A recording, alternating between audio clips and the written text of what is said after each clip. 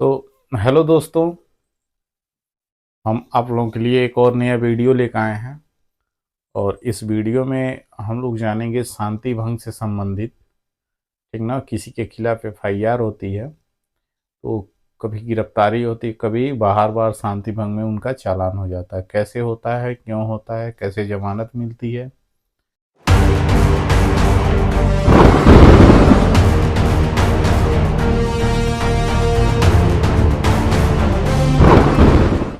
ठीक है, अगर कोई व्यक्ति है, पीड़ित व्यक्ति है, उसका एफआईआर दर्ज नहीं हो रहा है, थाने पे जाता है, थाने पे एफआईआर दर्ज नहीं हो रहा है, तो वो अपना एफआईआर कैसे दर्ज करवाए और लीगली कैसे दर्ज करवाए। ठीक ना, ये सारी चीज़ें इस वीडियो में हम लोग जानेंगे।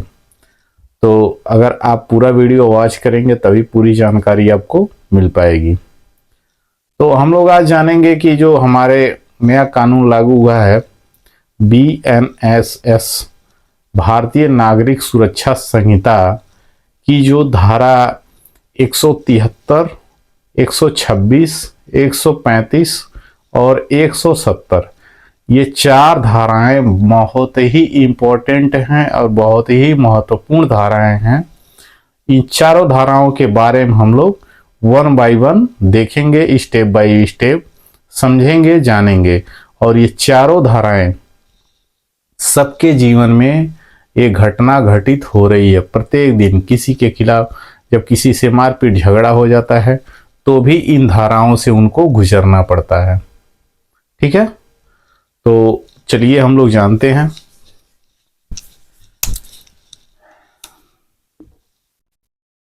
BNSS, भारतीय नागरिक सुरक्षा संहिता 2023।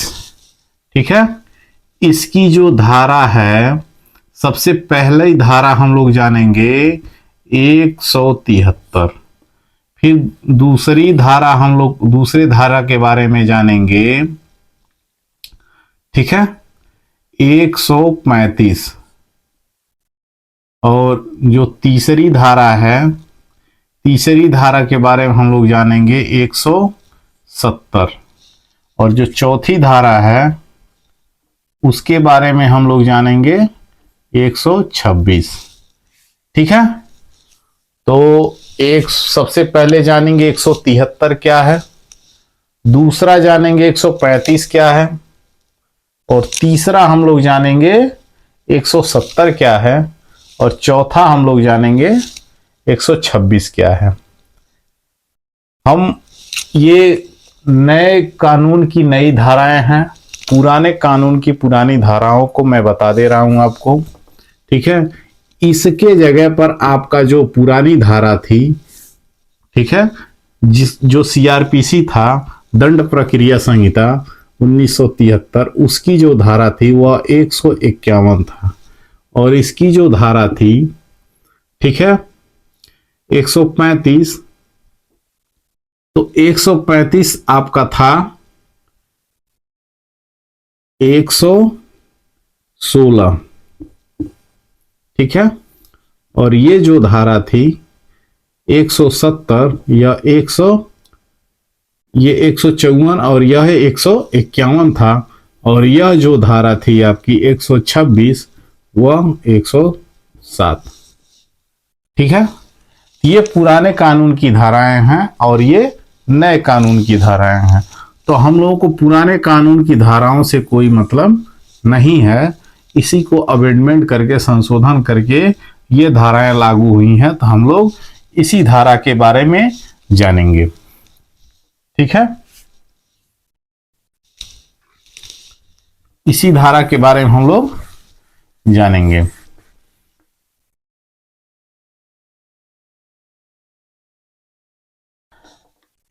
चलिए, 173 क्या है? 173 कहता है संज्ञेय मामलों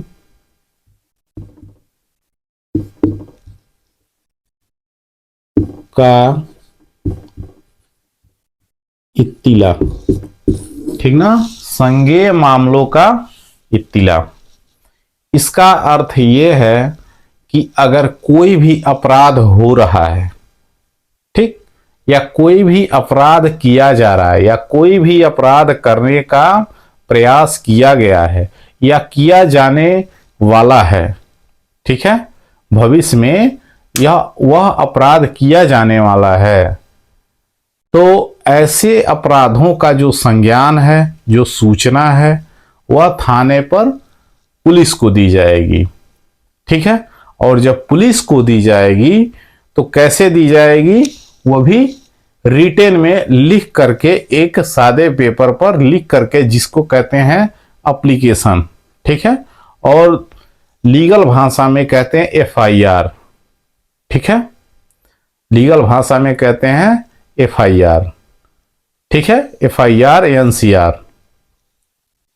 तो जब एफआईआर होता है, ठीक है, किसी भी कोई भी एफआईआर कब दर्ज किया जाता है, जब किसी भी घटना का पता चलता है या किसी से कोई घटना घटित हो जाती है या कोई झगड़ा हो जाता है या जो भी हो जाता है, ठीक है, वह अपनी बात को, जो अपनी बात है, जो पीड़ित व्यक्ति है, अपनी बात को बताने के लिए पुलिस को एक रिटेन में, ठीक है, एक रिटेन देती है, जिसको उर्दू भाषा में उसके कहते हैं तहरीर, ठीक है, और लीगल भाषा में एफआईआर होता है और जनरल भाषा में एप्लीकेशन होता है, ठीक है।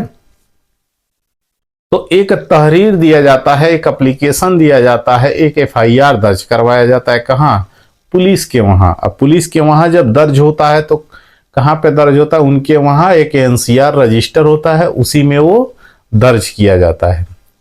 किस धारा के तहत, तो 173 के तहत। आप जब कभी भी किसी से झगड़ा करते हैं या कोई किसी प्रकार का कोई बवाल करते हैं, मारपीट हो जाती है, तो जब पुलिस के पास आप जाते हैं तो नहीं कहते हैं लोग, अरे चल झगड़ा कैले बा, चल एफआईआर करल जाई, चल एफआईआर हो जाओ करे खिलाफ। तो एफआईआर होता है तो किसके तहत होता है, वो भी कानून में उसकी भी एक धारा है, उसका भी प्रावधान किया गया है कि आपको इसी धारा के तहत आपको एफआईआर दर्ज करवाना है। वह धारा कौन सी है, वह धारा 173 है। आपसे आप जान लीजिए, जब कोई भी थाने पे आप जाएंगे एफआईआर दर्ज करवाने, या आपके खिलाफ अगर कोई एफआईआर दर्ज करवाया है तो वह 173 के तहत दर्ज करवाया है, ठीक है, धारा 173।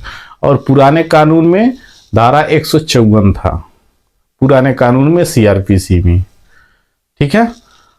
तो हम लोग अभी इसी पर चर्चा करते हैं।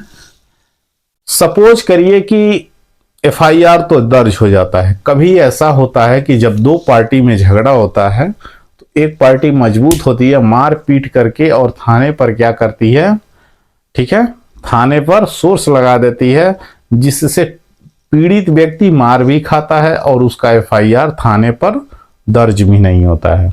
ऐसा होता है, ठीक है।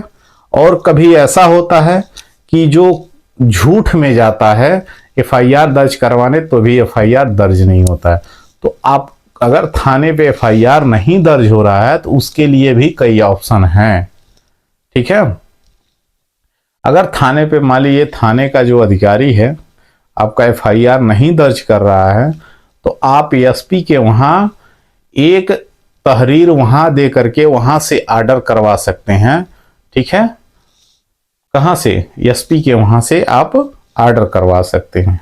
जब वहाँ से ऑर्डर हो जाएगा तो वह एक तहरीर फिर आप एक रिटन में लिखेंगे और वह ऑर्डर की कॉपी, ठीक है, और एफआईआर के साथ जो आप एफआईआर देंगे उसके साथ अटैच करके थाने पर देंगे, तो आपका, ठीक है, एफआईआर दर्ज हो जाएगा।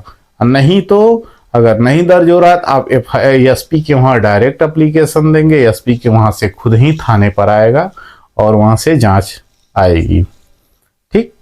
अगर एसपी के वहाँ से भी आपका एफआईआर नहीं दर्ज होता है तब क्या करेंगे आप, उसके लिए क्या प्रावधान है, तो उसके लिए तो कोर्ट है ही है, अपने नज़दीकी जो आपका सिविल कोर्ट, नज़दीकी सिविल कोर्ट है आपका, आप अपने सिविल कोर्ट से, ठीक ना, अपर जिला जज के वहाँ से आप ऑर्डर करवाएंगे और वही ऑर्डर की कॉपी थाने पर ले आकर के देंगे, ठीक है। और जो अपनी बात होगी एक रिटेन में थाने पर देंगे और आपका एफआईआर थाने पर दर्ज हो जाएगा। तो ये रहा इतना एफआईआर दर्ज करवाने की बात। अगर आपका एफआईआर नहीं दर्ज हो रहा है तो, ठीक है, एफआईआर दर्ज हो गया इतना प्रोसेस करने के बाद, तो एफआईआर जब आपका दर्ज हो जाता है तो दर्ज होने के बाद कहां लागू होता है, तो 135 धारा पे। अब 173 से कहां जाएगा, 135 पे जाएगा। अब 135 क्या है, जो 173 के तहत जो तहरीर दिया गया है, जो एफआईआर दर्ज करवाया गया है, ठीक है, उसकी कॉपी लेकर के पुलिस पहुंचती है उस पते पर जो तहरीर में पता दिया गया होता है, ठीक है। उस पते पर पुलिस पहुंचती है। जब पुलिस पहुंचती है तो उन मामलों का जांच करती है जो आप तहरीर में लिखे होते हैं, एफआईआर में दर्ज किए होते हैं। उस मामले का क्या करती है वो पुलिस, संज्ञान लेती है। क्या ये बात सत्य है कि झूठ है, ठीक है। अगर जो व्यक्ति सामने वाला जो सेकेंड पार्टी है जिसके खिलाफ आप एफआईआर दर्ज करवाए हैं, अगर वह व्यक्ति मौजूद नहीं है घर पर, अगर कहीं बाहर है, तो पुलिस जाती है और फिर वापस चली आती है। फिर दूसरे दिन तीसरे दिन जाती है, वापस चली आती है। जब नहीं आती है तब उसको बाहर नोटिस जारी करना होता है। अगर पुलिस मान लीजिए इसके एफआईआर दर्ज हो गया, एफआईआर दर्ज होने के बाद पुलिस मौके पर पहुंच गई और जो अपोजिट पार्टी है वो भी मौजूद है घर पर ही, और तब तक वो घर से निकल गया और जो पुलिस जान गई कि यही व्यक्ति है, ठीक है, किसी से पूछ ली कि यही व्यक्ति है, तो पुलिस क्या करेगी, उस व्यक्ति से संज्ञान लेगी मामले का और वहीं पे उसको क्या करेगी, गिरफ्तार कर लेगी। क्या कर लेगी, गिरफ्तार कर लेगी, पकड़ कर लेगी। तो मामले का क्या करेगी, मामले का संज्ञान लेगी। किस धारा के तहत, 135 के तहत। जब एफआईआर दर्ज हो जाएगा तो पुलिस अपने थाने से रिपोर्ट उठाएगी, एफआईआर उठाएगी और लेकर जाएगी कहाँ, जो विपक्ष पार्टी है जिसके खिलाफ एफआईआर दर्ज हुआ है उसके खिलाफ जाएगी, वहां पे जांच करेगी, ठीक है, जांच करेगी। जांच करेगी मामले का क्या क्या क्राइटेरिया है, क्या नहीं है, ठीक। तो जब मामले का क्राइटेरिया उसे पुलिस को पता चल जाएगी या मौके पे वह व्यक्ति जिसके खिलाफ एफआईआर दर्ज है वह पकड़ा जाता है, तो पुलिस अपने कब्जे में लेगी, अपने गिरफ्त में लेगी उसको और लेकर के कहाँ आएगी, थाने पे आएगी, ठीक। तो ये रहा एफआईआर की पूरी कहानी आप लोग जान गए। ये रहा धारा 135, ठीक है, मामले का इत्तिला करना, मामले का जांच करना, जो इत्तिला किया गया है, ठीक है, जो मामले को एक लिखित रिटेन में पुलिस को दिया गया है, उस रिटेन को इस धारा के तहत जांच करना। और जांच करते दौरान जो अपोजिट पार्टी है, सेकेंड पार्टी है, प्रतिवादी है, ठीक ना, लीगल भाषा में प्रतिवादी है, अगर वह प्रतिवादी पकड़ा गया है तो 170 के तहत, धारा 170 के तहत वो क्या करेगी, उसे गिरफ्तार करेगी। और 170 पुराने कानून में क्या था, 151 था, ठीक है। क्या करेगी, उसे गिरफ्तार करेगी। अब यह धारा क्या कहता है, ये तो जान गए आप लोग, ये संज्ञेय मामलों का इत्तिला, और ये धारा भी बताए हैं, ये धारा है आपका, ठीक ना, जो इत्तिला, जो सूचना दिया गया, एफआईआर दिया गया है, उसका जांच, उसकी जांच करना, ठीक है। और 170 क्या है, 170 संज्ञेय अपराध होने से, ठीक है, उसे क्या करना, रोकना। क्या करना, संज्ञेय अपराध होने से उसे रोकना। यानी मान लीजिए कोई घटना घटित होने वाली है पहले, ठीक है, अभी तो छोटा मोटा हुआ है, लेकिन बाद में कोई बड़ी घटना घटने वाली है, उससे पहले क्या करती है पुलिस, एफआईआर के तहत जांच करती है, जांच करने के बाद उसे क्या करती है, गिरफ्तार कर लेती है। जब गिरफ्तार कर लेती है तो आदमी के मन में डर हो जाता है, ठीक है, आदमी के मन में डर हो जाता है। अब देखिए, अब यहां मामले का जांच हुआ, मौके पे पकड़ा गया तो वह गिरफ्तार किया गया, वह व्यक्ति गिरफ्तार हो गया, पुलिस के कब्जे में आ गया। तो पुलिस उसे क्या करेगी, संज्ञेय अपराधों से, कोई गंभीर अपराध होने से उसे रोकेगी, अपने गिरफ्त में जब ले लेगी तो जाहिर सी बात है उसे रुक जाएगा।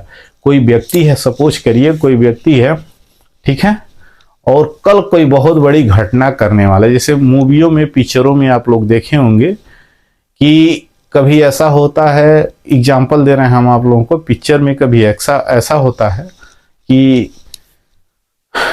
बड़ा धमाका करवाने वाला होता है, जो गुंडा होता है, मुखिया होता है, वो बहुत बड़ा धमाका करवाने वाला होता है।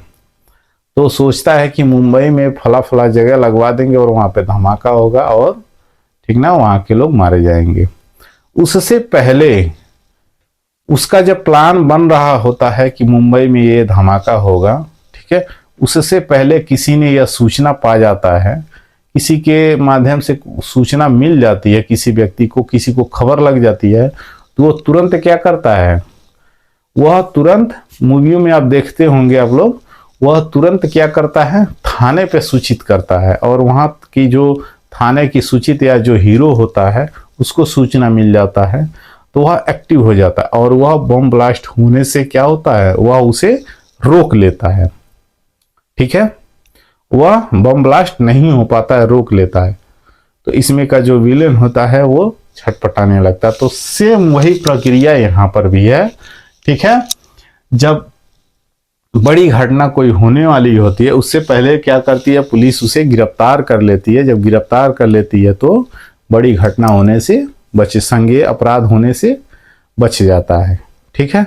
अब देखिए, जब पुलिस गिरफ्तार करती है तो वह उसे थाने पे ले जाती है।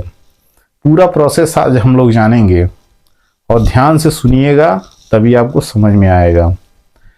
तो जब पुलिस उसे थाने पे ले जाएगी तो ये भी है, कानून में ये भी है, ठीक ना, कि उसे क्या करेगी, 24 आवर्स, 24 घंटे के अंदर अंदर उसको क्या करना है, मजिस्ट्रेट के वहां ट्रांसफर कर देना है। किसको, जिसको पुलिस गिरफ्तार करके इस सेक्शन के तहत, इस धारा के तहत पुलिस गिरफ्तार करके लेकर आई है, ठीक है, उसे क्या करना है, 24 घंटे के अंदर अंदर मजिस्ट्रेट के वहां उन्हें ट्रांसफर कर देना है, ठीक है। तो जब मजिस्ट्रेट के वहां इनको ट्रांसफर कर देगी 24 घंटे के अंदर अंदर, तो मजिस्ट्रेट के वहां जब यह मामला जाएगा, यह व्यक्ति जब पेश होगा मजिस्ट्रेट के सामने, तो मजिस्ट्रेट उस पर संज्ञान लेंगे, विचार करेंगे, ठीक है, क्या इसको जमानत देने लायक है कि नहीं है, ठीक है, इसे छोड़ना है कि नहीं छोड़ना है, ठीक। तो अगर कोई ऐसा मामला होता है या मजिस्ट्रेट को लगता है कि हाँ ये अभी भी हो सकता है कि ये अभी भी कोई क्राइम करे, कोई बहुत बड़ा, ठीक ना, अपराध करे, तो ऐसा मजिस्ट्रेट के संज्ञान में आ जाता है, ठीक है। तो वो क्या करता है, उसको वहां जमानत नहीं मिलती है, उसे 15 दिन, 20 दिन, 25 दिन रिमांड पे भेज देता है जेल, ठीक है। या कोई ऐसा मामला होता है या कोई ऐसा अपराध हुआ होता है, संज्ञेय अपराध हुआ होता है, जिसे लगता है कि मजिस्ट्रेट को कि अभी ये मामले का संज्ञान पूरी तरह से हुआ नहीं है, तो फिर वापस पुलिस को, जब पुलिस लेके जाएगी 24 घंटे के अंदर, तो मजिस्ट्रेट को लगेगा कि अभी ये हुआ नहीं है, मामला कंप्लीट नहीं हुआ है, संज्ञान कंप्लीट नहीं है, तो मजिस्ट्रेट तुरंत आदेश देंगे किनको, फिर पुलिस को, फिर पुलिस वापस थाने पे ले जाएगी और मजिस्ट्रेट के कहने पर जितना दिन कहेंगे मजिस्ट्रेट, उतना दिन पुलिस को अपने रिमांड में, अपने थाने पर अपने रिमांड में रखना है, ठीक ना, मामले की संज्ञान के लिए। आई होप आपको समझ में आ रहा होगा। समझ में आ रहा होगा तो वीडियो को लाइक शेयर सब्सक्राइब जरूर कर दीजिएगा, ठीक है। तो मामले को क्या करेंगी, संज्ञान में लेंगी। फिर जितने दिन के लिए यह रिमांड पे रखेंगे पुलिस, फिर उतने दिन बाद फिर मजिस्ट्रेट को ट्रांसफर किया जाएगा। फिर मजिस्ट्रेट के वहां से आएगा, जब मामला कंप्लीट हो जाएगा, इन्हें लगेगा कि हाँ जमानत दे देनी चाहिए, तो यहां से जमानत उसे मिल जाती है। ठीक है। अब देखिए, जब जमानत करवाया जाता है उस व्यक्ति का, मजिस्ट्रेट के वहां से आदेश मिल जाता है हाँ इसे जमानत दे दिया जाए, ठीक ना। तो जब जमानत दिया जाएगा उस व्यक्ति को, तो उसमें जमानत के लिए क्या प्रोसेस है। अब हम लोग तो यहां से देखें एफआईआर से मामले का जांच के बाद गिरफ्तारी के बाद मजिस्ट्रेट के वहां से फिर पुलिस के वहां से फिर मजिस्ट्रेट के वहां से जमानत, ठीक ना, जमानत। तो जब मजिस्ट्रेट को लगेगा हाँ इसे बेल दे देनी चाहिए, जमानत दे देनी चाहिए, तो उसके लिए क्या प्रोसेस है। जब आप ऐसे ही नहीं जमानत पर छूट जाएंगे, ठीक है। अगर आप जमानत पे जाते हैं इस सेक्शन के तहत, इस धारा के तहत अगर गिरफ्तार होके जाते हैं, तो अगर नहीं कोई है, ठीक है, अगर कोई उस समय इसमें दो गवाह लगते हैं, अगर 2 विटनेस नहीं है आपके पास, तो उस वक्त क्या कर सकते हैं, एक एप्लीकेशन लिखवा करके personal bond, PD personal bond, ठीक ना, अपने बॉन्ड पर पर्सनल बॉन्ड पे लिखवा करके, ठीक ना, छूट जाएंगे आप वहां से। तो उसमें ये रहेगा कि अगर कोई भी बात होती है, ठीक है, तो उसके जिम्मेदार हम हैं। उसमें ये लिखा जाता है उस पीडी में, एप्लीकेशन में, कि महोदय निवेदन है कि हम प्रार्थी फला जगह का निवासी हूं और हमें, ठीक है, हमारे पास मौजूदा प्रेजेंट टाइम में मौजूदा समय में कोई गवाह नहीं है मेरे पास, इसलिए हम निवेदन करते हैं आपसे कि आप हमें रिहा करें, जमानत दे और हम जाएं अपने घर से, ठीक ना, अपने घर से 2 गवाह को बुला करके लाएं अगले दिन, और अगले दिन हम पक्की जमानत आपके वहां से करवा लें, ठीक है। तो इस बेस पे, इस आधार पर आपको, कोई गवाह नहीं है तो इस बेस पे, इस आधार पे आपको वहां से, ठीक है, जमानत मिल जाएगी। आप पीडी पे, पर्सनल बॉन्ड पे छूट जाएंगे।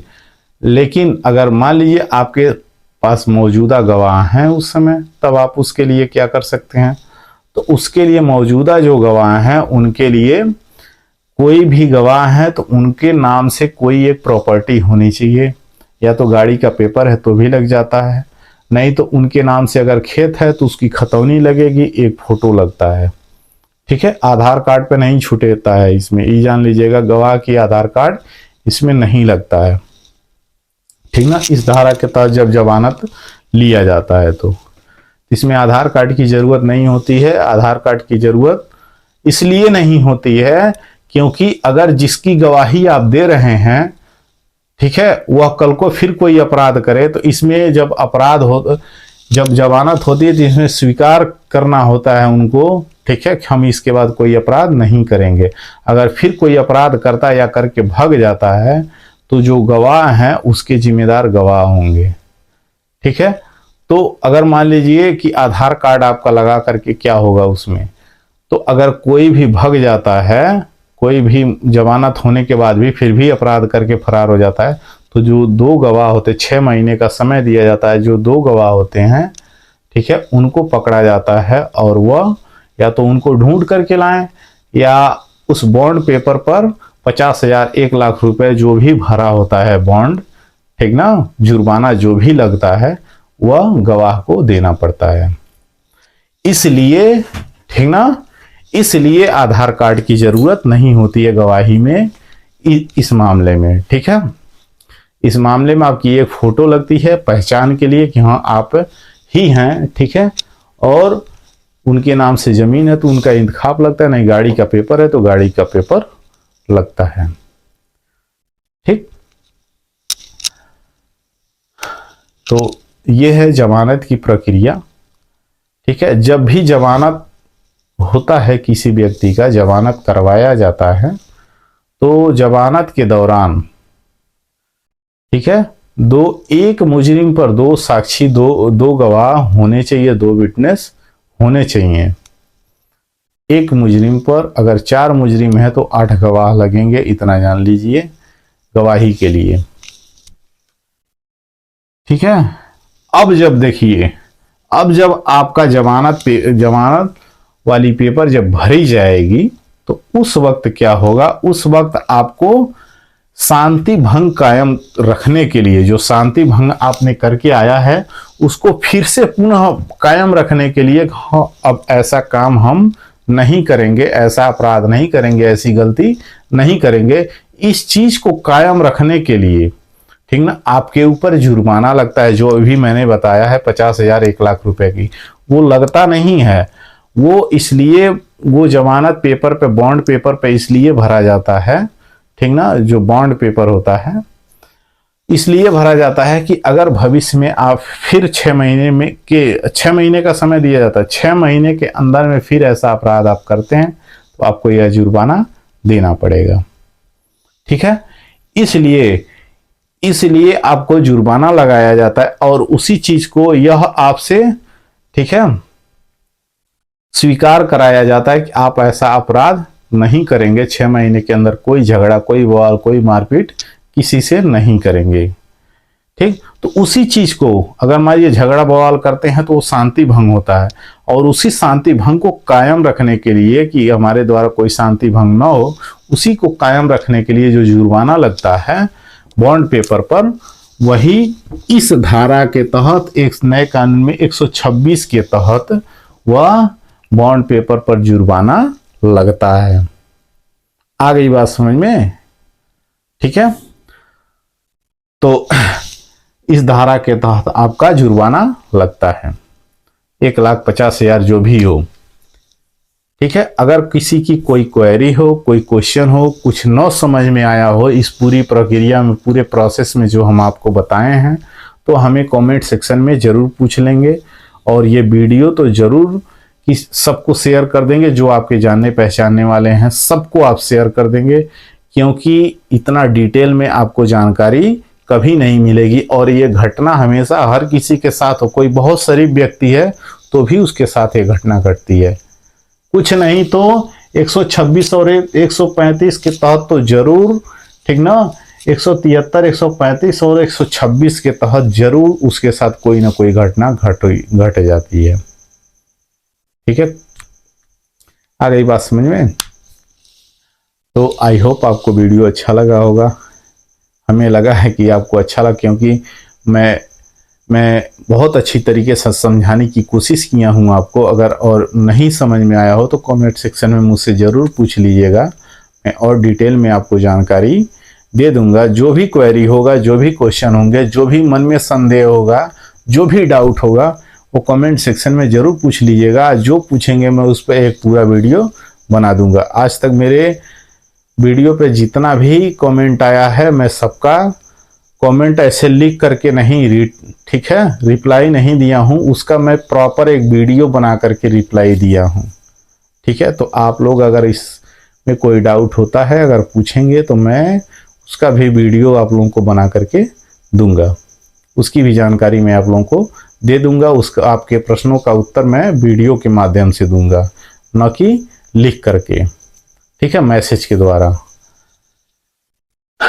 तो हम लोग बहुत सारी चीज़ें आज जाने, ठीक है, पूरी प्रक्रिया, पूरा प्रोसेस जान गए। FIR कैसे होता है, FIR होने के बाद क्या क्या होता है, जमानत कैसे मिलती है, ठीक है, FIR दर्ज नहीं होता है तो उसके लिए हम क्या कर सकते हैं, ये सारी चीज़ें हम लोग इस वीडियो में जान चुके हैं। मेरे भाइयों, मेरे दोस्तों, आई होप आपको ये वीडियो अच्छा लगा होगा, तो शेयर, लाइक, सब्सक्राइब तो जरूर कर दीजिएगा।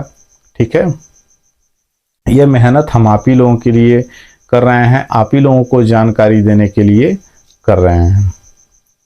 ठीक, तो फिर मिलते हैं अगले वीडियो में, किसी नए वीडियो में, किसी नई जानकारी के साथ, अच्छी जानकारी के साथ हम अगले वीडियो में आप लोगों से मिलते हैं। तब तक के लिए हम आप लोगों से विदा लेते हैं। Bye bye.